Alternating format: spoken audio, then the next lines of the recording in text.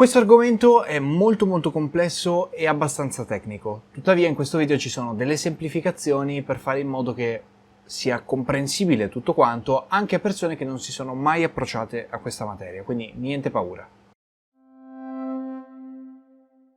La blockchain è letteralmente una catena di blocchi inventata da Satoshi Nakamoto nel 2008 e messa in pratica l'anno successivo, nel 2009, fatta in modo da sostituire i grandi archivi di dati contenuti nei database che stanno sui server centralizzati. Il fatto che questo enorme registro sia posseduto da un solo ente lo rende molto vulnerabile. E questo perché, ad esempio, se si rompe il server, se si corrompe il database o qualsiasi altra cosa, anche se fisicamente vanno lì a rompere il server, se non si è fatto un backup, i dati vengono persi per sempre, sono irrecuperabili. La centralizzazione dei dati poi porta a un grosso problema di trasparenza, perché se è un solo ente a possedere questi dati, può renderli oppure no pubblici, e se non li rende pubblici, nessuno può vederli. Un altro grosso problema è che questo registro è modificabile, e questo significa che se io sono l'unico ente che ha questi dati e questi dati non sono pubblici, io posso tranquillamente modificarli come mi pare senza che nessuno venga a saperlo, o addirittura eliminare parte di questi dati. Per risolvere questa serie di problemi, Satoshi Nakamoto ha inventato la sua forma innovativa di Distributed Ledger. Ora, non sapete che cosa sono, probabilmente farò un video più avanti a riguardo come approfondimento. Vi basti sapere per il momento che è lo stesso concetto di prima, quindi un archivio di dati, però non è centralizzato, non è su un solo server, è distribuito tra tantissime persone che aderiscono a una certa rete e si chiamano queste persone nodi.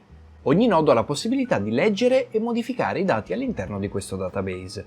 E ora vi starete sicuramente chiedendo, ma Vez, nel momento in cui tutti quanti possiamo modificare dei dati all'interno del database, c'è bisogno che tutti quanti si fidino della persona che sta modificando i dati, giusto? Ovviamente no.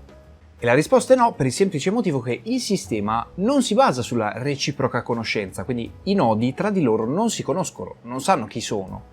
E soprattutto non si basa sulla fiducia, si basa sulla matematica.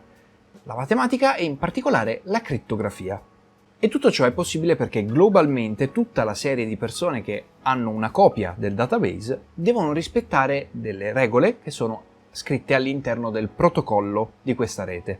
Ogni volta che viene aggiunto un nuovo blocco con nuove informazioni, tutti quanti quelli che possiedono questo database devono per forza aggiornare il database e quindi aggiungere questo blocco, il che fa in modo che i blocchi siano immutabili nel tempo. Infatti, se tutti quanti abbiamo la copia del database, se anche una sola persona cerca di modificare un blocco passato, tutti quanti ci accorgiamo che quel blocco non doveva essere così. La blockchain, che dovete immaginare come una vera e propria catena, ha il suo blocco iniziale, che è il primo anello, e a questo vengono aggiunti via via tutti gli anelli successivi in ordine cronologico. Ogni blocco poi ha al suo interno due cose: un hash, che molto semplificato è un'informazione che ti dice dove si trova quel dato, e una marca temporale, che significa semplicemente che quel blocco ha scritto al suo interno la propria data di creazione. Ogni nodo possiede l'intera catena, e questo significa che se ciascuno di noi ha una copia, è impossibile che una persona si proponga con una modifica, con una manipolazione della catena, per il semplice motivo che noi ce ne accorgiamo immediatamente. Anche nel momento in cui ipoteticamente un nodo proponesse una versione del database con un vecchio anello modificato, questa non verrebbe accettata da tutti quanti gli altri nodi, perché gli altri nodi sanno che quell'anello è sbagliato, quella versione del database non è accettabile. Passiamo quindi ad un esempio che mi diverto sempre a farli. Abbiamo 3 nodi che dicono che il primo giorno Simone ha 5 euro, il secondo giorno li manda a Lorenzo, quindi Lorenzo ha 5 euro, e il terzo giorno Lorenzo li manda ad Antonio, e quindi è Antonio ad avere 5 euro. Non può succedere che ad esempio arrivi il quarto giorno Danilo con una versione dei dati che dice che il secondo giorno Simone ha mandato 5 euro a lui e non a Lorenzo, perché Simone, Lorenzo e Antonio non accetterebbero mai questa versione. Non è possibile modificare un blocco senza compromettere la struttura di tutti quelli successivi. Se ad esempio io ho una catena con 200 anelli e voglio modificare il terzo, a quel punto abbiamo altri 196 anelli che hanno un colore diverso da quelli iniziali. E il fatto che abbiano un colore diverso significa che tutti gli altri nodi, tutte le altre persone che possiedono questa catena, si accorgono che è di un colore diverso e non accetteranno la modifica, la scarteranno semplicemente.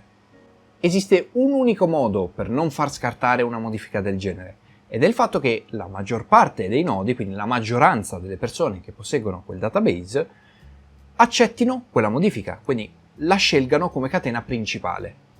Facciamo quindi al volo un paio di esempi giusto per farvi capire come è applicabile questa blockchain. Me li inventerò sul momento. Ad esempio, se abbiamo un documento di identità, possiamo mettere su blockchain la data di rilascio di quel documento. In questo modo i documenti diventano non più falsificabili, perché nel momento in cui si presenta una persona con un documento falsificato, immediatamente è lampante che quel documento non sia vero e quindi immagino si arresti la persona. Il secondo esempio che mi viene in mente potrebbero essere le elezioni di un paese democratico. Se mettiamo su blockchain il voto, non solo abbiamo un voto a quel punto digitale, ma anche abbiamo un voto non falsificabile, non ci possono essere brogli elettorali di alcun tipo. Nella storia quindi siamo passati da dei fogli che contenevano delle informazioni a queste informazioni digitalizzate contenute all'interno di un database che sta su un server solo, a una serie di persone che possiedono quel database e quindi lo rendono immutabile nel tempo. In questo modo non abbiamo più bisogno di chiedere ad un ente centrale quei dati, semplicemente li hanno tutti, abbiamo eliminato l'intermediario. In più possiamo tutti quanti verificare la trasparenza e la tracciabilità di quei dati e questo ci dà un potere enorme. Ricordatevi che il potere di possedere le informazioni è un potere da non sottovalutare. La cosa bella è che si può usare la blockchain in diversi ambiti, non solo per le criptovalute. Possiamo ad esempio eliminare intermediari come la banca, le pubbliche amministrazioni, le assicurazioni, gli intermediari di pagamento e chi più ne ha più ne metta, realmente chiunque. Qualsiasi intermediario può essere eliminato in questo modo. Se questi intermediari avevano funzione di garanti e quindi bisognava per forza fidarsi dell'integrità di questi dati, la blockchain invece ci offre potenzialità diverse. Non abbiamo più bisogno dell'intermediario, per il semplice motivo che i nodi lavorano in una stessa direzione, fanno gioco di squadra e così risolvono due principali problemi. Il fatto che un bene digitale possa essere replicato infinite volte uguale a se stesso e il problema della doppia spesa, cioè il fatto che ad esempio io possa spendere 2 volte uno stesso bitcoin e volato qualcosa in giro. Come sempre su questo canale però c'è da sottolineare anche i lati negativi, perché non è tutto oro ciò che luccica, c'è anche il rovescio della medaglia. Uno dei principali problemi che vedremo in un video futuro come è stato risolto da altre criptovalute è il fatto che per la creazione di nuovi blocchi c'è bisogno che ci sia il consenso della maggior parte dei nodi di quel sistema e questo richiede parecchio tempo in realtà. Inoltre un'altra cosa che richiede tempo è aggiornare i dati di tutti, perché se tutti quanti possediamo o ogni nodo possiede una copia del database, il database di volta in volta va aggiornato e quindi risincronizzare tutto richiede dell'altro tempo. Un altro problema collegato al tempo è quello dello spazio. Infatti la nostra blockchain è fatta di tanti blocchi e ogni volta che aggiungiamo un blocco, la blockchain intera, quindi il nostro database, diventa più pesante e man mano nel tempo diventa parecchio pesante. Il rischio principale è quello di vanificare un po' il concetto della decentralizzazione, del quale ho parlato già nel video qui in alto a destra. Semplicemente nel momento in cui dobbiamo archiviare 2 kilobyte di dati, chiunque può farlo sul proprio dispositivo, ma se i dati diventano 250 giga, magari ci sono persone che non hanno abbastanza spazio per immagazzinarli. Bene, penso che a questo punto sia abbastanza chiaro il concetto di blockchain. Fatemi sapere se in futuro vorrete un video sul il primissimo blocco del Bitcoin. C'è una storia interessante dietro. Si chiama Genesis Block. Fatemi sapere qui sotto nei commenti se volete quel video. Detto questo, prima di salutarvi, vi esorto come sempre a scrivere qui sotto nei commenti se non vi è chiaro qualcosa.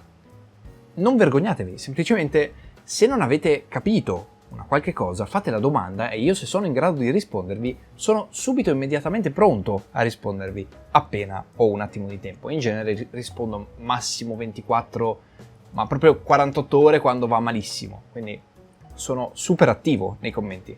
Fate le domande se non avete capito qualcosa.